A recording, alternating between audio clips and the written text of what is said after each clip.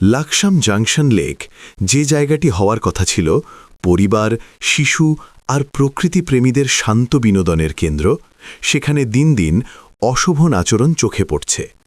দুপুরের আলোয় প্রকাশ্যেই জোড়া জোড়া তরুণ তরুণীর অনাকাঙ্ক্ষিত আচরণ যেন স্বাভাবিক হয়ে উঠছে, যা আমাদের সামাজিক মূল্যবোধের সাথে মোটেও সামঞ্জস্যপূর্ণ নয়। একটি পাবলিক স্থান সবার জন্য।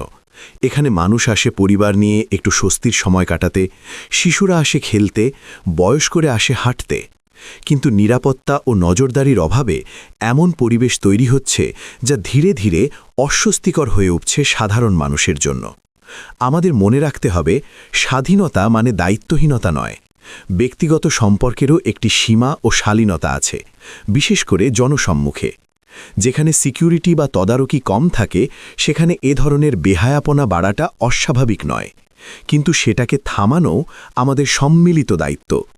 তাই কর্তৃপক্ষের কাছে অনুরোধ, লাকসাম জাংশন লেক এলাকায় পর্যাপ্ত নিরাপত্তা ব্যবস্থা নিশ্চিত করা হোক এবং সকলের প্রতি আহ্বান, পাবলিক স্থানে শালীনতা বজায় রাখুন, অন্যের স্বাচ্ছন্দ্য ও সম্মানকে গুরুত্ব দিন।